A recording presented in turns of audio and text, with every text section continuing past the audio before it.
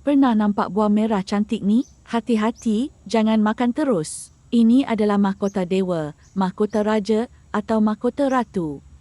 Walaupun isi buah mentahnya beracun, tapi kalau diproses dengan betul, khasiatnya luar biasa. Antara kebaikan utama pokok mahkota dewa ialah: pertama, mengawal tekanan darah tinggi dan melancarkan pengaliran darah. Kedua, membantu menurunkan kadar gula dalam darah untuk pesakit kencing manis. Ketiga, bertindak sebagai antioksidan dan anti radang yang sangat kuat untuk lawan penyakit. Dan keempat, membantu proses detoksifikasi atau buang toksin dalam badan.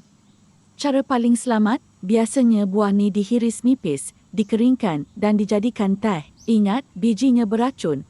Jangan guna.